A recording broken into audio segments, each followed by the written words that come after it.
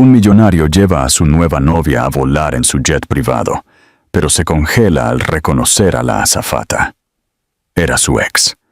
Lo que no se imaginaba es que un secreto guardado por ella durante años lo dejaría en shock y cambiaría su vida para siempre. El aire frío de São Paulo, enrarecido en los círculos de poder que Ricardo Meneses habitaba, parecía siempre llevar el olor metálico del dinero y la ambición.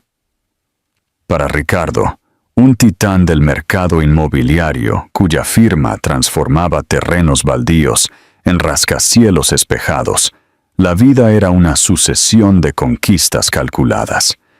No solo construía edificios, construía una imagen, una fortaleza de éxito inquebrantable, donde cada ladrillo era un trofeo y cada ventana reflejaba su propio ego. A los 42 años, había dominado el arte de transformar todo en un activo, incluso a las personas.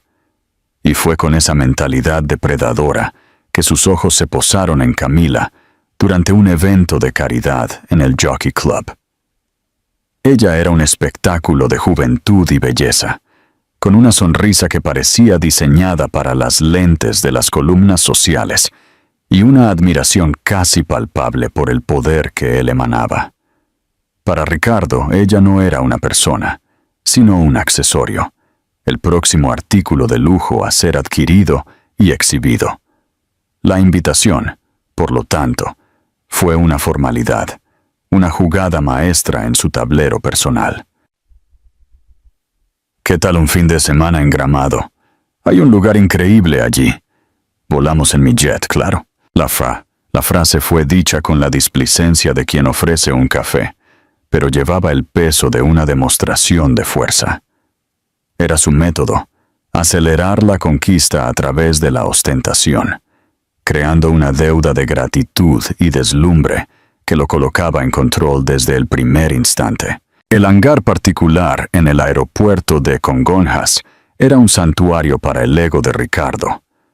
El Gulfstream GT280, con sus líneas elegantes y el discreto monograma de Meneses Corp en la cola, era más que un medio de transporte. Era un trono alado. Al entrar, el olor a cuero nuevo y madera pulida los envolvió. Camila suspiró, sus ojos recorriendo cada detalle de la lujosa cabina, desde los asientos de cuero blanco hielo hasta los acabados en metal cepillado. Ella se acomodó con la gracia de quien había ensayado ese papel, arreglando su vestido de seda y aceptando la copa de champán que ya la esperaba. Ricardo observaba la escena con una sonrisa satisfecha. Todo corría según el guión. Se sentó frente a ella, aflojándose la corbata, el rey en su castillo móvil. El piloto, un hombre de mediana edad con un rostro impasible, finalizaba los preparativos en la cabina, su voz un murmullo técnico y distante. Fue entonces cuando la puerta de la cabina se abrió de nuevo y una figura surgió, moviéndose con una eficiencia silenciosa que contrastaba con el deslumbramiento de Camila. Era la azafata.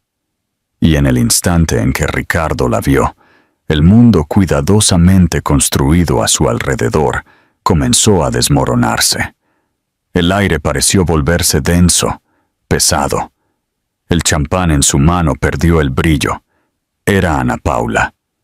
El nombre resonó en su mente como un trueno distante, trayendo consigo la tormenta de un pasado que él había sellado en una caja fuerte y arrojado al mar. 5 años. 5 años desde que la había abandonado con la cobardía de un billete y la frialdad de un número de teléfono bloqueado. Ella estaba allí, vestida con un impecable uniforme azul marino, el cabello recogido en un moño perfecto, el maquillaje sutil realzando la misma belleza que un día lo había hechizado. Pero había algo diferente. La dulzura en sus ojos había sido sustituida por una capa de hielo, una serenidad profesional que era más cortante que cualquier acusación. Su corazón, un músculo que él creía haber entrenado para la indiferencia, se disparó, golpeando contra sus costillas con una violencia olvidada. Ana Paula caminó por la cabina, sus ojos pasando por él, como si fuera solo otro pasajero anónimo, una pieza del mobiliario. «Señor Meneses, señora, bienvenidos a bordo. Mi nombre es Ana Paula y estaré a su disposición durante el vuelo. Por favor, abróchense los cinturones para el despegue». La voz de ella era la misma, pero el tono era otro. Era pulido, distante, desprovisto de cualquier emoción, como si nunca hubieran compartido secretos bajo el cielo estrellado de Ilha Bela, como si él nunca le hubiera prometido un futuro que él mismo destruyó. Ricardo sintió que la sangre se le helaba. ¿Una coincidencia? Imposible. El universo no era tan cruelmente irónico. Él operaba una flota exclusiva, con un equipo fijo. ¿Cómo estaba ella allí? Trató de recomponerse, forzando una sonrisa para Camila, que, ajena al tsunami emocional que lo envolvía, señalaba hacia la ventana, maravillada con la vista de los otros jets en la pista. «Esto es increíble, Ricardo. Nunca me acostumbraré a esto». La voz de ella era un ruido irritante, una distracción indeseada en medio del caos que se había instalado en su mente. Él solo asintió, su garganta demasiado seca para formular una respuesta. El piloto anunció el despegue y el jet comenzó a acelerar, presionándolo contra el asiento de cuero, mientras la aeronave subía, rasgando las nubes grises de São Paulo. Ricardo sentía su mundo desplomarse en caída libre. Se sirvió más champán, el líquido burbujeante bajando por su garganta sin sabor alguno. Sus ojos, sin embargo, estaban clavados en Ana Paula. La observaba circular por la cabina, verificando los compartimentos, ajustando una cortina, moviéndose con una gracia y un profesionalismo que lo desarmaban. Cada gesto de ella era una tortura. La forma en que inclinaba la cabeza, la forma en que sus dedos largos y delgados sostenían la bandeja, todo traía a la superficie una avalancha de recuerdos que él se había esforzado tanto por enterrar. Se acordaba de sus discusiones sobre el futuro, del pánico que sintió cuando ella habló de matrimonio, de hijos, de construir algo real. Se acordaba de la decisión fría y calculada de cortar los lazos, de desaparecer para preservar su preciosa libertad, su armadura contra la vulnerabilidad. Y ahora, el fantasma de esa decisión lo perseguía a 30.000 pies de altura, sirviéndole champán con una sonrisa impenetrable. Él necesitaba entender, necesitaba una explicación. Pero, ¿cómo? Camila estaba allí, un obstáculo sonriente y parlanchín. Intentó encontrar la mirada de Ana Paula, buscando cualquier grieta en su armadura, cualquier señal de reconocimiento, de rabia, de dolor, pero no había nada. Solo un vacío pulido, una indiferencia profesional que lo dejaba completamente desconcertado. Se sentía un extraño en su propio jet, un prisionero en su jaula dorada. El vuelo, que debería ser una demostración de su poder y control, se había transformado en un escenario para su propia impotencia. Cada minuto que pasaba era una agonía. El zumbido de los motores parecía amplificar el silencio ensordecedor entre él y la mujer que un día amó y descartó.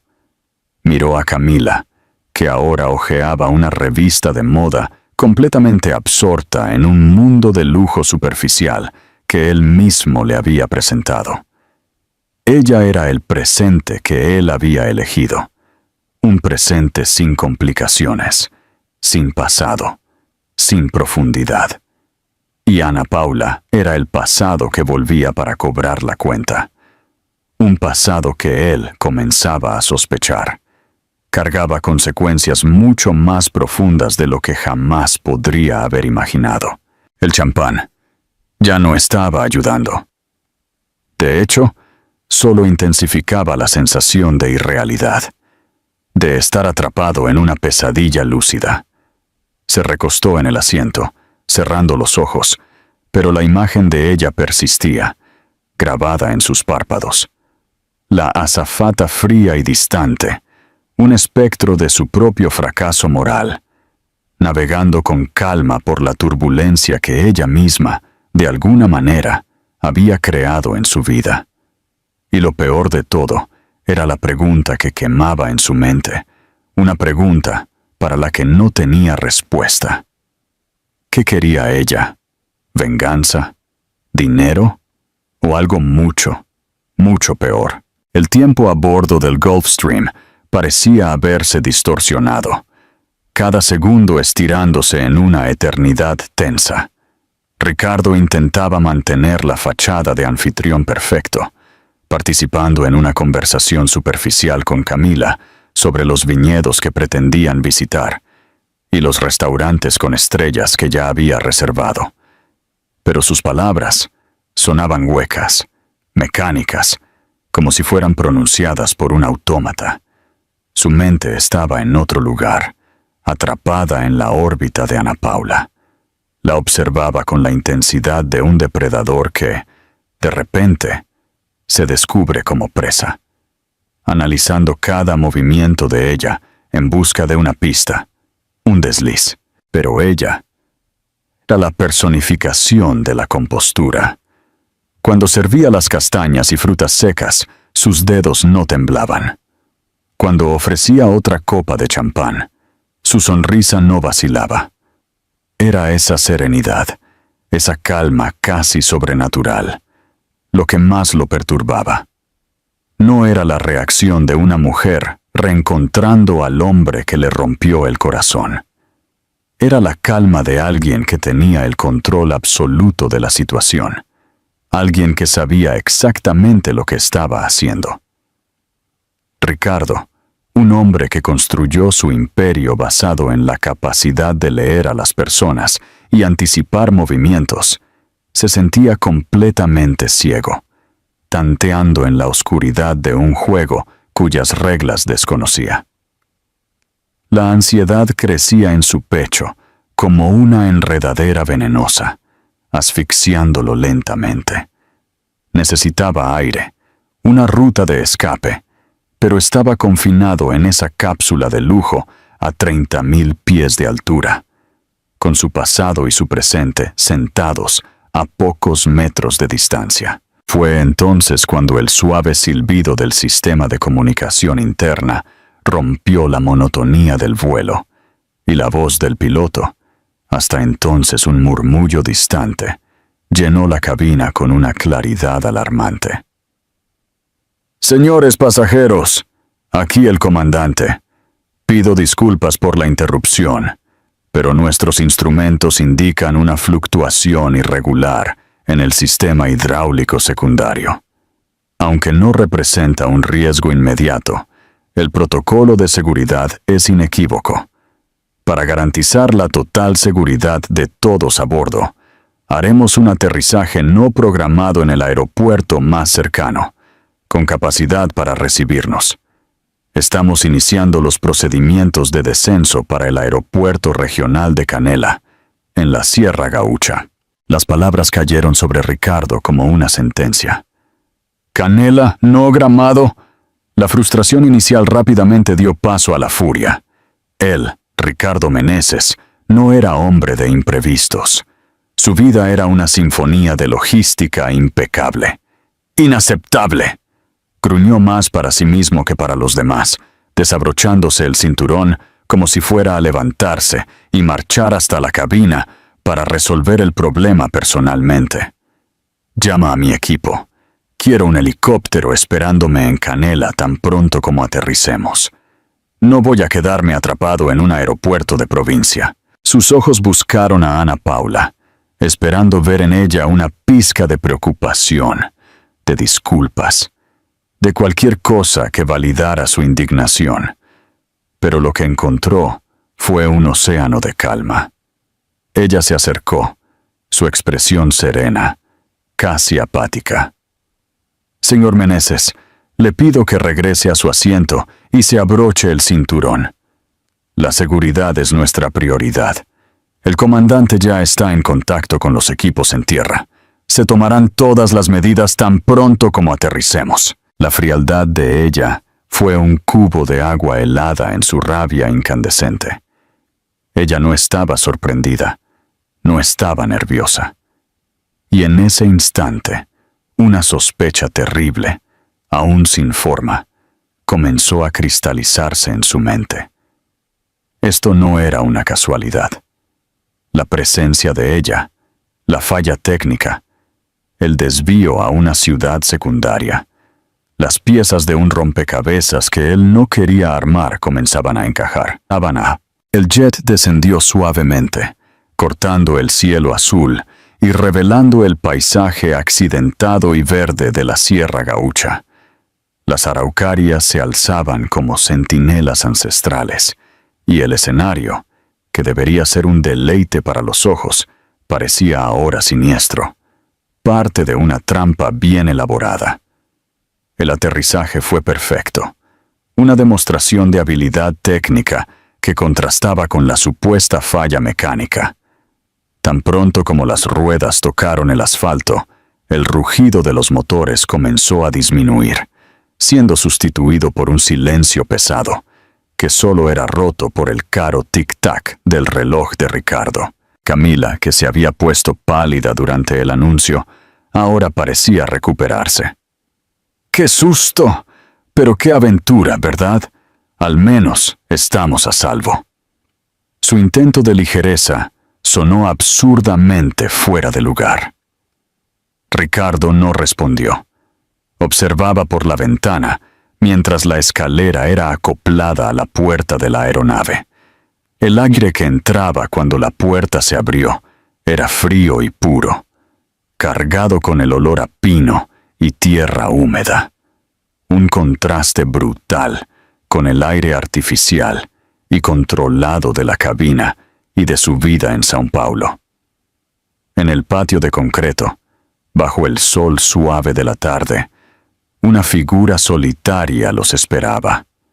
Era un hombre mayor, de cabellos grises y postura erguida, vistiendo una chaqueta de cuero desgastada sobre una camisa de cuadros. Había una dignidad tranquila en su semblante, y sus ojos, de un azul sorprendentemente vivo, parecían analizar el jet y sus ocupantes con una curiosidad calmada. Ana Paula fue la primera en bajar, y la interacción entre ella y el hombre fue sutil, pero reveladora. Un ligero asentimiento con la cabeza, una mirada que intercambiaba volúmenes de información en un único segundo. Ricardo bajó a continuación, con Camila a su paso, y el hombre se acercó, su caminar lento, pero firme. «Bienvenidos a Canela, aunque en circunstancias inesperadas», dijo él, su voz un barítono grave y acogedor. «Mi nombre es Orlando, soy el abuelo de Ana Paula». Él extendió la mano hacia Ricardo, y el apretón fue firme, la mano callosa de quien conocía el trabajo manual. Ricardo sintió un escalofrío recorrer su espina. El abuelo. La telaraña se estaba cerrando. El mecánico ya ha sido notificado, pero la pieza necesaria para la reparación del sistema hidráulico solo llega de Porto Alegre mañana por la mañana. Lo siento por el inconveniente. «Inconveniente es poco», replicó Ricardo, la arrogancia siendo su única defensa contra la creciente sensación de vulnerabilidad. «Como dije, ya solicité un helicóptero. No pretendemos quedarnos». Fue entonces cuando Camila intervino, con una sonrisa que le pareció a Ricardo, por primera vez, un poco forzada. «Oh, Ricardo, no seas tan apurado. ¿Dónde está tu espíritu de aventura? Mira este lugar, Es hermoso. Y el señor Orlando fue tan amable. Ella se giró hacia el hombre mayor. El señor dijo que su nieta era azafata. Qué coincidencia que estuviera justo en este vuelo. La frase fue dicha con una inocencia tan exagerada que sonó como una señal mal ensayada. Orlando sonrió, una sonrisa que no alcanzó sus ojos penetrantes. Coincidencias. La vida en la sierra nos enseña que raramente existen. Pero ya que están atrapados aquí hasta mañana, no puedo dejarlos sin alojamiento. Nuestra familia tiene una pequeña posada aquí cerca. Es simple, pero cómoda. Insisto en que sean mis huéspedes. Tal vez la oferta fue hecha como una cortesía, pero sonaba como una intimidación. Ricardo miró de Orlando a Ana Paula, que permanecía en silencio. Una observadora impasible. Miró a Camila, cuyo entusiasmo parecía cada vez más falso. Todos allí parecían compartir un secreto, un guión del que él era el único que no había recibido una copia. Estaba acorralado. Negarse a la oferta sería una grosería que ni siquiera él se permitiría en público. Y la verdad es que la idea de esperar por horas en un minúsculo vestíbulo de aeropuerto era aún menos atractiva. Agradezco la amabilidad. Él cedió, las palabras saliendo de entre sus dientes. Será solo por una noche. Orlando sonrió de nuevo, y esta vez había un brillo de triunfo en sus ojos. Claro, solo una noche. Mientras seguía al hombre hacia una vieja camioneta estacionada cerca del hangar, Ricardo sintió el frío de la sierra penetrar en sus huesos. Un frío que no tenía nada que ver con la temperatura, sino todo que ver con el presentimiento de que aquella noche sería la más larga y transformadora de su vida. El viaje desde el pequeño aeropuerto hasta la posada, fue un borrón de verde y silencio. Ricardo, apretado en la cabina de la camioneta, entre un estoico Orlando al volante y una Camila que ahora parecía haber agotado su repertorio de exclamaciones encantadas, se sentía cada vez más fuera de lugar. Ana Paula seguía detrás, en su propio coche, una presencia fantasmal en el retrovisor. La posada, llamada Rincón de las Araucarias, apareció al final de un camino de tierra flanqueado por hortensias. Era una construcción de madera y piedra, con amplias galerías y un tejado inclinado que le confería un aire de cabaña alpina. Era encantadora, rústica y, para Ricardo, claustrofóbica. Representaba todo lo que él no era, simple, orgánico, sin la ostentación pulida del concreto y el vidrio. «Es aquí», anunció Orlando, estacionando el vehículo. «Siéntanse como en casa». La expresión era una invitación, pero, para Ricardo, sonaba como el inicio de una sentencia. Él salió de la camioneta, el aire de la sierra envolviéndolo, denso y perfumado. Ana Paula ya los esperaba en la entrada, las llaves de las habitaciones en la mano, su eficiencia de azafata transpuesta al papel de anfitriona reacia. «Voy a mostrarles sus aposentos», dijo ella, la voz neutral, evitando su mirada. «La cena se servirá a las 8. El interior de la posada era aún más acogedor, y por ello mismo más opresivo para Ricardo. La madera oscura crujía bajo sus zapatos italianos. Una chimenea de piedra dominaba la sala principal, y el olor a leña quemada se mezclaba con el de café fresco. Había un silencio allí, una paz que él no conocía, y que, en su agitación interna, parecía una afrenta. Siguieron a Ana Paula por un pasillo de tablones anchos, decorado con fotografías en blanco y negro de paisajes de la sierra y de aviones antiguos, bimotores y avionetas que parecían pertenecer a otra era. Fue en ese pasillo donde el tiempo se detuvo. Sentado en el suelo de madera, de espaldas a ellos, estaba un niño. No debía tener más de 4 o 5 años, y estaba completamente absorto en su propio mundo, un universo en miniatura esparcido a su alrededor. Eran aviones, decenas de pequeños aviones de metal y plástico organizados en una formación compleja sobre el piso. El niño hacía sonidos de motor con la boca, un zumbido bajo y concentrado, mientras movía un pequeño jet plateado en un arco gracioso, simulando un aterrizaje. Ricardo se detuvo abruptamente, un paso detrás de Ana Paula. Había algo en la concentración de esa pequeña figura, en la seriedad con que trataba su juego, que lo cautivó. Camila, notando la pausa, susurró: ¡Qué monada! ¡Hijo de algún huésped! Ana Paula no le respondió. Su cuerpo se tensó por un instante, y entonces, con una respiración profunda, que Ricardo pudo casi sentir, ella se giró. «Te yacepi, Pedro», llamó, la voz suave, pero firme. El niño, oyendo la llamada, interrumpió su vuelo imaginario y se giró. Y el universo de Ricardo Meneses implosionó.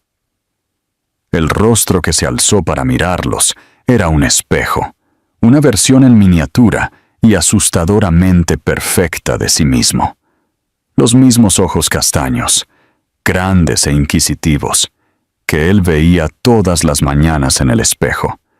La misma forma de la barbilla, la misma curva obstinada de la boca. Incluso la forma en que la ceja izquierda se arqueaba ligeramente con curiosidad era una copia exacta de un gesto suyo. El aire se escapó de sus pulmones. El pasillo pareció inclinarse. Las paredes de madera se cerraron sobre él. El zumbido de los aviones del niño fue sustituido por un zumbido agudo en sus propios oídos. Miró a Ana Paula, un millón de preguntas muriendo en sus labios, su mente incapaz de procesar la escena. El silencio que se instaló fue denso, pesado, cargado de 5 años de palabras no dichas y de una verdad innegable. Fue Ana Paula quien lo rompió. Ella posó la mano suavemente en el hombro del niño y con los ojos fijos en los de Ricardo, en un desafío frío y directo, pronunció las palabras que sellarían su destino. «Este es Pedro, mi hijo». La revelación no fue un susurro, fue una explosión. Ricardo sintió que el suelo desaparecía, el pasillo de madera se transformaba en un abismo sin fondo. «¿Y es hijo tuyo?», balbuceó, la voz un hilo irreconocible. Miró al niño, que ahora lo miraba con una curiosidad inocente, ajeno a la bomba que acababa de ser detonada. El niño sonrió, una sonrisa que le era familiar. «¿A ti también te gustan los aviones?», preguntó Pedro, su voz infantil y clara, cortando la tensión como una cuchilla. Él levantó el jet plateado. «Este es un Gulfstream, igual al que aterrizó hoy. El abuelo me lo mostró». Ricardo no pudo responder. Su mente era un torbellino de negación, furia y un terror primordial que él nunca había sentido. Camila, a su lado, finalmente pareció entender la magnitud de la situación. Su boca se abrió y se cerró sin emitir sonido. Sus ojos desorbitados yendo de Ricardo al niño y de vuelta a Ana Paula. La farsa de su sorpresa finalmente desmoronándose en un shock genuino. Ana Paula, sin embargo, permaneció inquebrantable. «Tu habitación es la última a la derecha, Ricardo. La tuya es la del frente, Camila.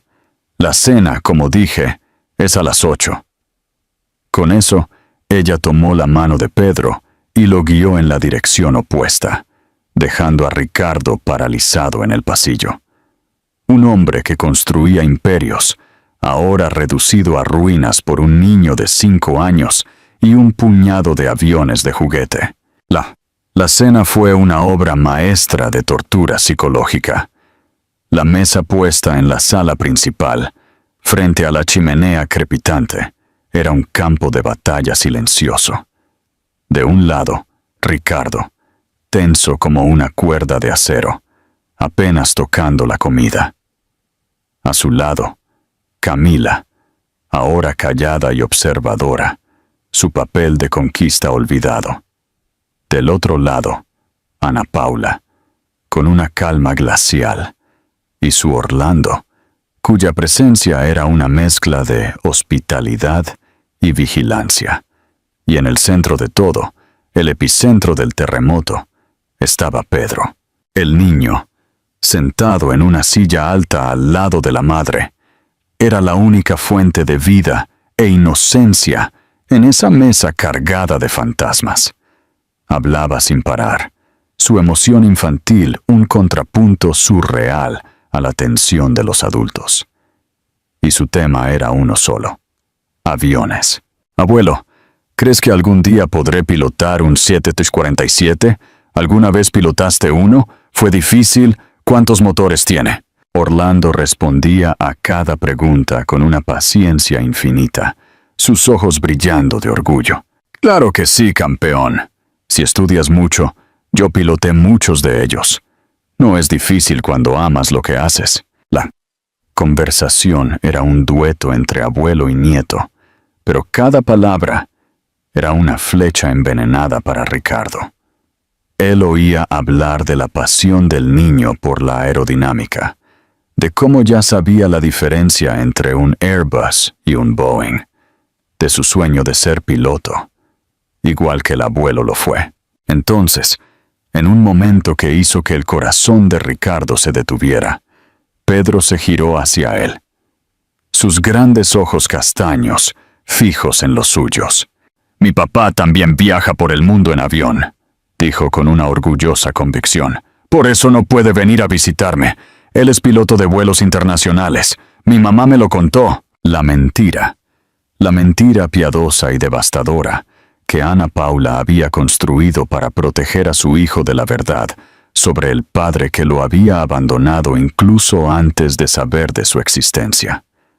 La simplicidad con que el niño pronunció esas palabras, la fe inquebrantable en un padre héroe y ausente, hirió a Ricardo más profundamente que cualquier acusación. Cualquier grito de rabia podría haberlo hecho. Sintió el sabor amargo de la bilis en su garganta. Él no era un héroe. Era el villano de esa historia. Un villano tan cobarde que ni siquiera tuvo el valor de enfrentar las consecuencias de sus actos, forzando a la mujer que él destruyó a inventar una fantasía para llenar el vacío que él dejó. En ese instante, bajo la mirada inocente de su hijo, Ricardo Meneses se sintió por primera vez en su vida verdaderamente pobre. El aire en el comedor de la posada estaba tan enrarecido como en la cima de uno de los rascacielos de Ricardo, pero en lugar de poder estaba saturado de una tensión insoportable. Cada bocado era un esfuerzo hercúleo, cada sorbo de vino un pretexto para evitar el contacto visual. La revelación de Pedro sobre su padre héroe flotaba sobre la mesa como una nube de tormenta cargada de electricidad. Ricardo sentía las miradas sobre sí, la de Ana Paula, fría y evaluadora, la de Orlando, una mezcla de pena y desprecio, y la de Camila, ahora claramente incómoda, una actriz cuyo papel había terminado abruptamente en medio de la obra. Él quería gritar, romper algo, explotar en una furia que pudiera, de alguna manera, enmascarar la vergüenza que lo carcomía por dentro. Pero estaba paralizado, silenciado por la pureza de la mentira que su hijo creía. La mentira que él, con su cobardía, había hecho necesaria. Él era un fantasma en esa mesa, una ausencia que, paradójicamente, era la presencia más fuerte y perturbadora de todas. El crepitar de la leña en la chimenea era el único sonido que se atrevía a llenar el silencio, un acompañamiento rítmico para la desintegración silenciosa de un hombre. Fue en ese momento de clímax silencioso que la puerta principal de la posada se abrió, trayendo consigo una ráfaga del aire frío de la noche y un nuevo personaje para ese escenario infernal. La figura que entró era elegante, imponente, vestida con un abrigo de cachemira beige que costaba más que el salario anual de muchas personas. Su cabello plateado estaba cortado en un estilo impecable, y sus ojos, los mismos ojos castaños de Ricardo y de Pedro, barrieron la sala con una autoridad natural. Era la señora Elena Meneses, la matriarca, la única persona en el mundo cuyo poder e influencia rivalizaban con los de Ricardo. La sorpresa en el rostro de él fue instantánea, un shock eléctrico que lo hizo enderezarse en la silla. «Madre, ¿qué estás haciendo aquí?». La pregunta salió áspera, cargada de una sospecha que se formaba rápidamente. Elena no le respondió de inmediato. Sus ojos se posaron primero en Pedro y una sonrisa genuina, algo que Ricardo raramente veía, suavizó sus facciones. «Hola, mi querido», dijo ella al niño que la miró con curiosidad. Entonces ella se giró hacia el resto de la mesa, su mirada pasando por Ana Paula y Orlando, con un sentimiento de reconocimiento, y por Camila con una frialdad pulida, antes de finalmente fijarse en su hijo. «Vine a asegurarme de que no huyeras esta vez, Ricardo».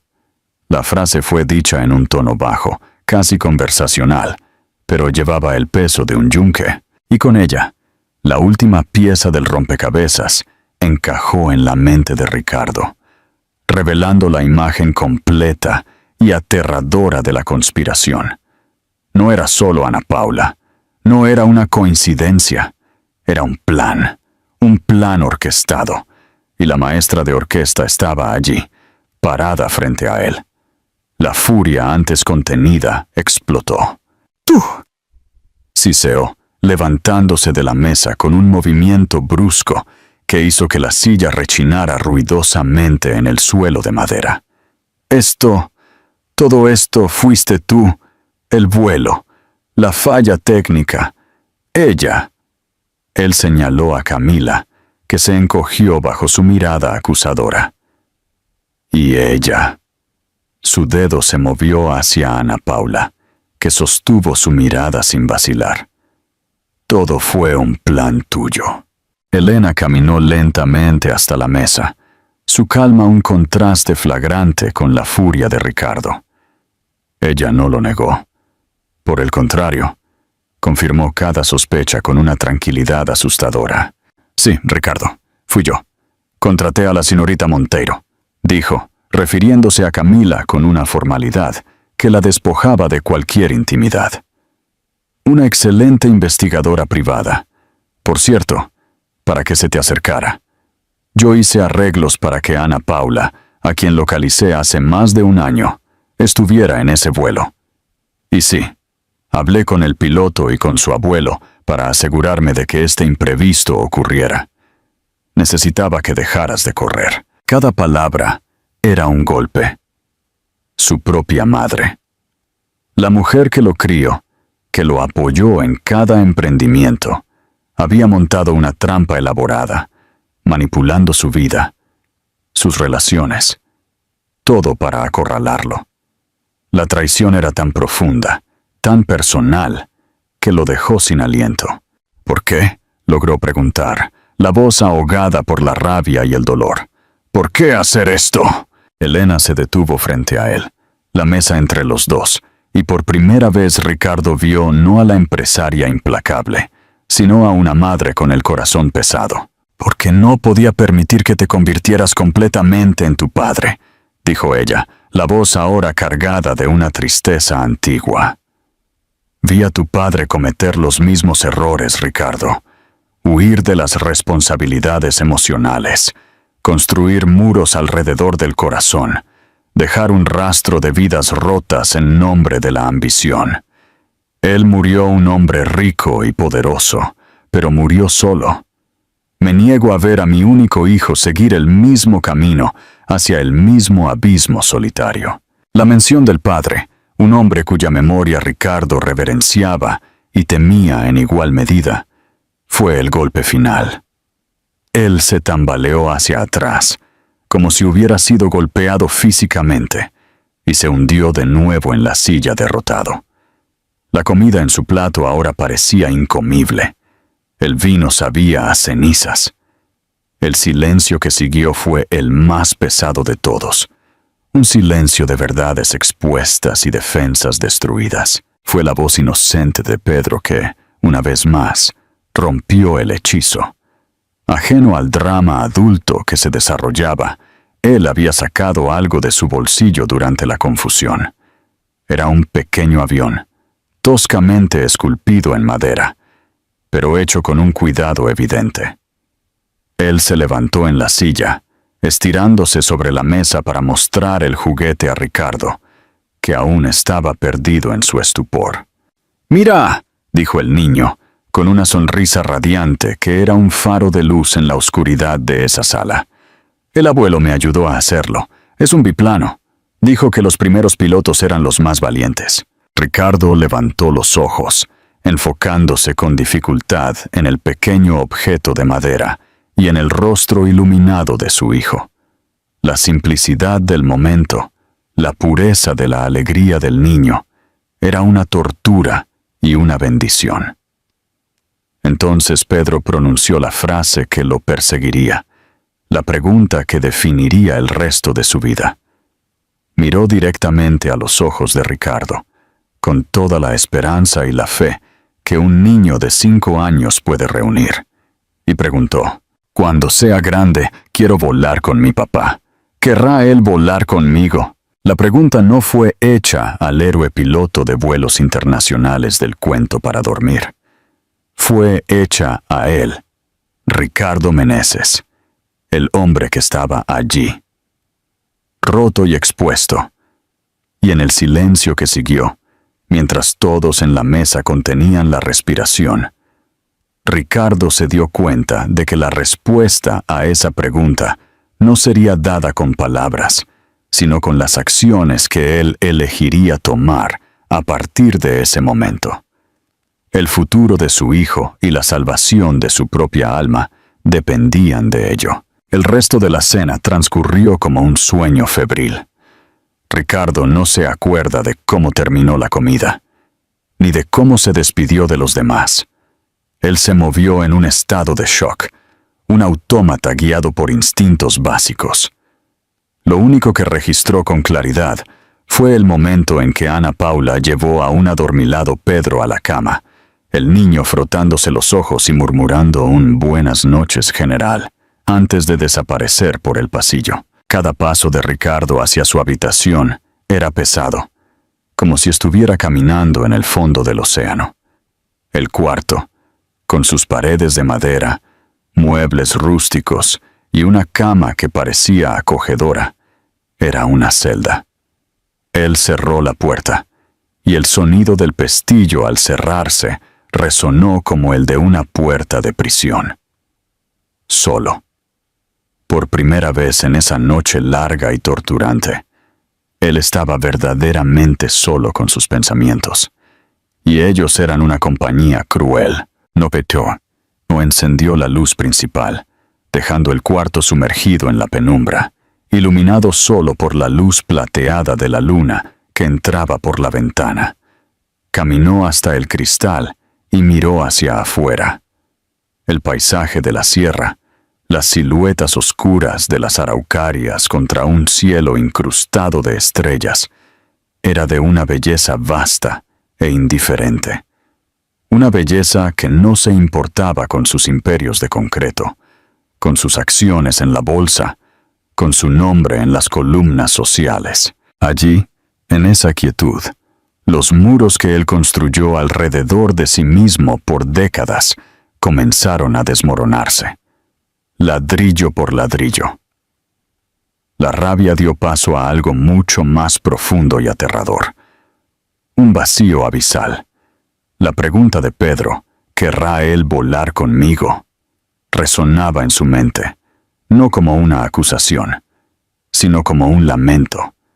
Y con ella vino la avalancha. Él pensó en los últimos 5 años.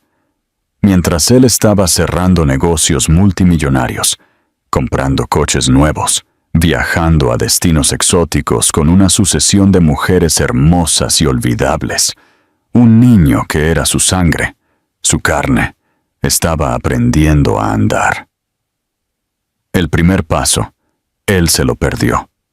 Él imaginó las pequeñas piernas vacilantes, la caída, el llanto, el consuelo en los brazos de la madre, brazos que no eran los suyos.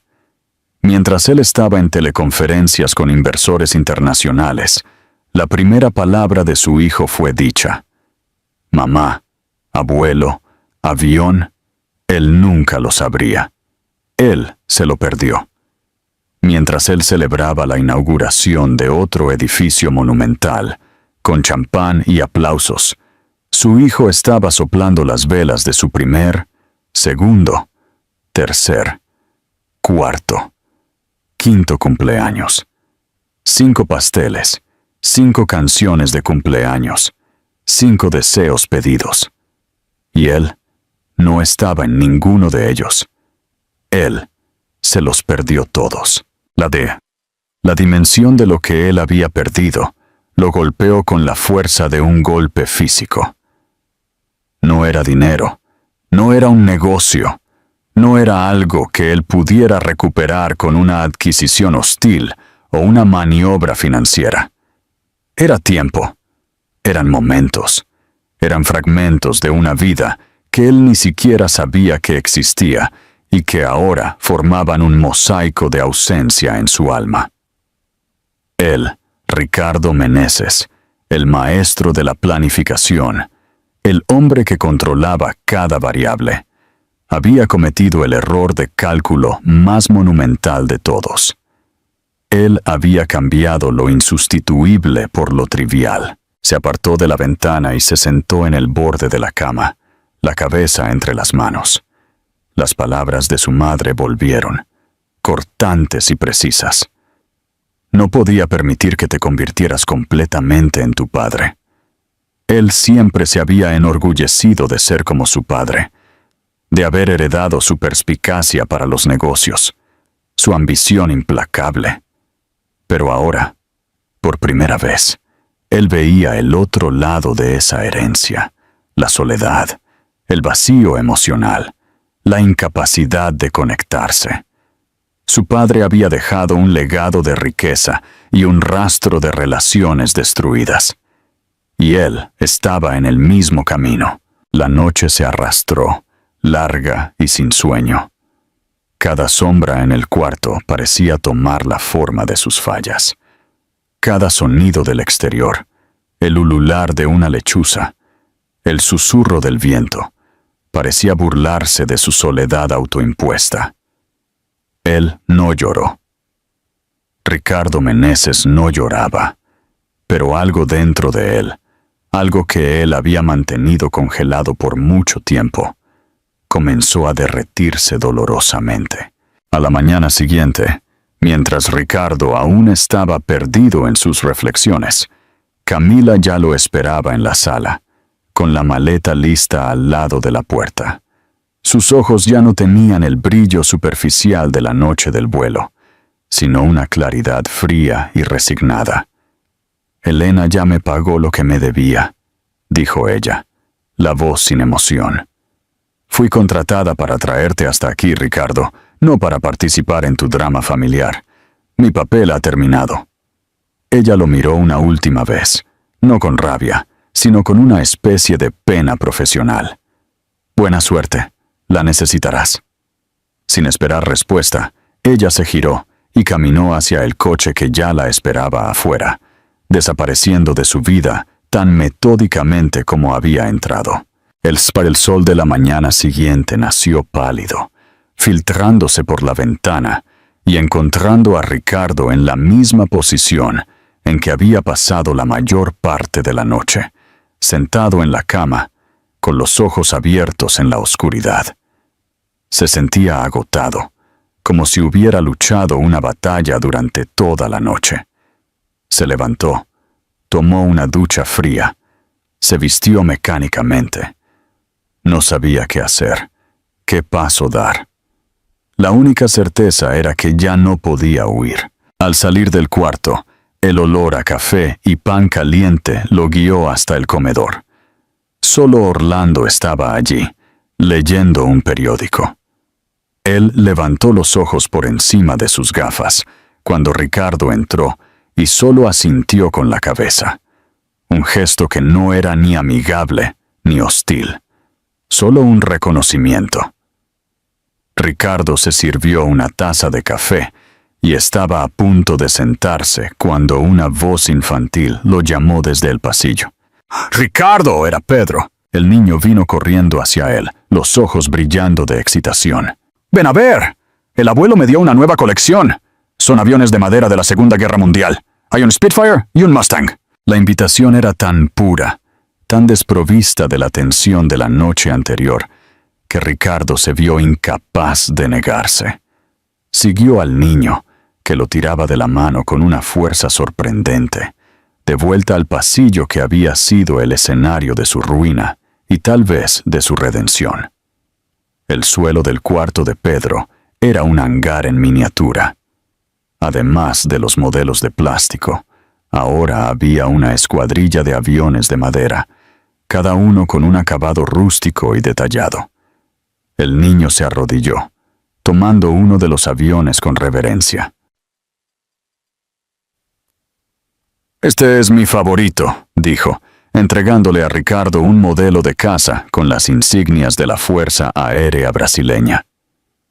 El abuelo dijo que los pilotos brasileños volaron en uno de estos en Italia. Ricardo sostuvo el pequeño avión de madera. Era ligero, pero en sus manos parecía tener el peso del mundo. Él pasaba los dedos por la superficie lisa, por las alas cuidadosamente lijadas. Miraba al niño frente a él, a la pasión genuina en sus ojos, a la confianza con la que él compartía su tesoro. Y entonces Pedro lo miró con la misma mirada seria y esperanzada de la noche anterior, y repitió la frase que se había convertido en el mantra de su existencia recién descubierta. «Cuando sea grande quiero volar con mi papá». Esta vez, la frase no vino acompañada de la pregunta. Era una afirmación, una declaración de fe. Y fue eso lo que finalmente rompió la represa. Ricardo sintió un nudo formarse en su garganta, una presión en su pecho que él no pudo contener. Sus ojos, que permanecieron secos por años de indiferencia calculada, ardieron. Una lágrima, caliente y solitaria, se escapó y rodó por su rostro. Después otra, y más otra. Él no intentó esconderlas. Allí en el suelo del cuarto de su hijo, rodeado de aviones de juguete, Ricardo Meneses lloró. Lloró por los años perdidos, por las palabras no dichas, por los abrazos no dados. Lloró por la soledad de su padre y por el miedo a heredar el mismo destino. Y por primera vez, se dio cuenta con una claridad deslumbrante de que todos sus rascacielos, todos sus millones, todo su poder no valían absolutamente nada. Eran estructuras huecas, vacías de significado, comparadas con la tarea monumental y aterradora que ahora se le presentaba. Aprender a ser padre. El llanto de Ricardo no fue un espectáculo de sollozos, sino un colapso silencioso. Las lágrimas, que él por tanto tiempo consideró una señal de debilidad, ahora eran una purificación, lavando años de arrogancia y soledad. Pedro, con la sabiduría intuitiva que solo los niños poseen, no se asustó. Él solo observó al hombre grande frente a él, con una seriedad solemne. Entonces, con un gesto simple que contenía un universo de compasión, el niño tomó su avioncito de madera favorito, el biplano, y lo puso suavemente en la mano de Ricardo. «Puedes quedarte con este», susurró, «para que te dé suerte». En ese instante, Ricardo supo que su vida, como él la conocía, había terminado. Lo que nacería de esas ruinas, él no lo sabía, pero por primera vez sentía la esperanza de construir algo que realmente importara. El mañana de la partida llegó con una belleza cruel. El cielo de la sierra estaba de un azul límpido y el aire, frío y vigorizante. El jet, supuestamente reparado, esperaba en el pequeño aeropuerto, un reluciente símbolo de metal del mundo que Ricardo debería reclamar. Las maletas estaban listas. Su madre, Elena, lo observaba con una mirada que era una mezcla de ansiedad y esperanza. Ana Paula mantenía una distancia calculada, su rostro una máscara impenetrable, aunque Ricardo ahora podía detectar una grieta de vulnerabilidad en sus ojos. La despedida ocurrió en el patio de la posada. El plan era simple. Ricardo volvería a São Paulo, reorganizaría su vida y comenzaría, de alguna manera, a construir un puente sobre el abismo de 5 años que lo separaba de su hijo. Sería un proceso lento, doloroso, lleno de visitas de fin de semana y llamadas telefónicas agendadas. Era el camino lógico, el camino sensato. Pero la lógica había abandonado a Ricardo. Mientras su chofer ponía la última maleta en el coche, sus ojos fueron atraídos hacia el césped al lado de la posada. Allí, Pedro y su abuelo, Orlando, estaban inmersos en un ritual sagrado. Ellos no jugaban con un avión de juguete, sino que montaban un aeromodelo de verdad, una réplica a escala de un planeador con una envergadura de casi 2 metros. Ricardo observaba, hipnotizado, la interacción entre los dos. Las manos callosas del abuelo guiando las manos pequeñas del nieto, ajustando un cable, apretando un tornillo, explicando en voz baja los principios de la sustentación y la resistencia del aire. Había una complicidad allí, una transferencia de conocimiento y amor que era tan tangible como la madera y la tela del planeador. Ellos no estaban solo construyendo un avión, estaban construyendo memorias, un legado. Y Ricardo era un espectador, un extraño mirando hacia adentro de un mundo al que él desesperadamente quería pertenecer. «Es hora, Ricardo», dijo su madre suavemente. Él asintió, pero no se movió. Sus pies parecían clavados en el suelo. Él miró al jet en el aeropuerto distante, después al planeador en el césped. Uno representaba el poder, la velocidad, la fuga. El otro representaba la paciencia, la presencia, la construcción. Y en su corazón, una decisión floreció, no de forma inesperada, sino con la certeza inevitable de una semilla que finalmente rompe la tierra. Él se giró hacia su madre. «Llama al piloto. Dile que vuelva a São Paulo solo». Elena levantó las cejas, sorprendida, pero una sonrisa de triunfo brilló en sus ojos. «¿Y la empresa? ¿La reunión del consejo?» «Que vendan las acciones, que me despidan», respondió Ricardo. Y por primera vez en su vida, las palabras sonaron como libertad, no como fracaso. «Voy a construir algo más importante aquí». Él caminó hacia Ana Paula, que lo observaba con una mezcla de shock y desconfianza. Él se detuvo a una distancia respetuosa. «Sé que no puedo arreglar el pasado, Ana Paula. Sé que no merezco una segunda oportunidad, pero no voy a ser un padre de fin de semana. Me voy a quedar. Voy a aprender, aunque sea solo para ser digno de amarrarle los zapatos. Ella no respondió, pero él vio algo en sus ojos, una grieta en el hielo que ella había construido alrededor de sí misma. No era perdón, ni amor. Era algo mucho más frágil y precioso, la posibilidad. Satisfecho con ese pequeño destello de esperanza, Ricardo se giró y caminó hacia el césped. Él no corrió. Cada paso era deliberado, un compromiso. Pedro y Orlando lo vieron acercarse.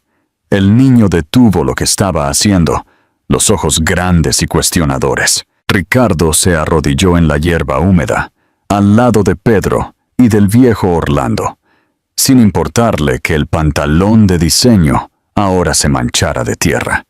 El niño le extendió un pequeño destornillador, sus ojos brillando de expectativa. «Aprieta este tornillo, pero no mucho, si no el ala se rompe», dijo con la naturalidad de quien entrega un secreto sagrado. Ricardo tomó la herramienta. En sus manos, tan acostumbradas a firmar contratos multimillonarios, ese objeto simple parecía tener el peso de un destino. Él respiró hondo y por primera vez no se sintió al mando. Se sintió un aprendiz.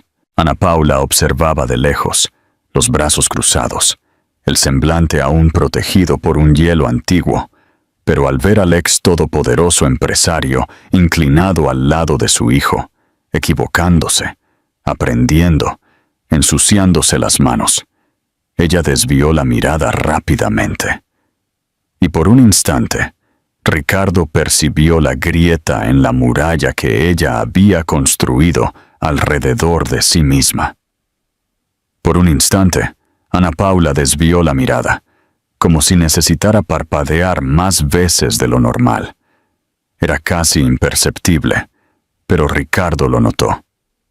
Detrás del hielo había una grieta silenciosa, un resquicio de emoción que ella luchaba por esconder. No era perdón, no era amor renacido. Era algo más raro y frágil. Esperanza. Pedro, radiante, lo miró como si no hubiera pasado, como si todos los años perdidos fueran solo un prólogo para ese instante. Cuando sea grande, quiero volar con mi papá. ¿Volarás conmigo?, preguntó repitiendo la frase que ya resonaba en la mente de Ricardo como una sentencia. Él no dudó. No desvió la mirada. «Volaré contigo, Pedro, y voy a empezar ahora». Y en ese césped simple de la sierra, con un planeador de madera y tela en las manos, Ricardo Meneses, el hombre que siempre creyó que podía comprarlo todo, finalmente comenzó a construir algo que el dinero jamás podría dar. Una historia con su propio hijo. ¿Qué te pareció este viaje? En una escala de 0 a 10, ¿qué calificación le darías al final de la transformación de Ricardo? Deja tu comentario y suscríbete para seguir nuestras próximas historias emocionantes. Muchas gracias por tu compañía y hasta la próxima.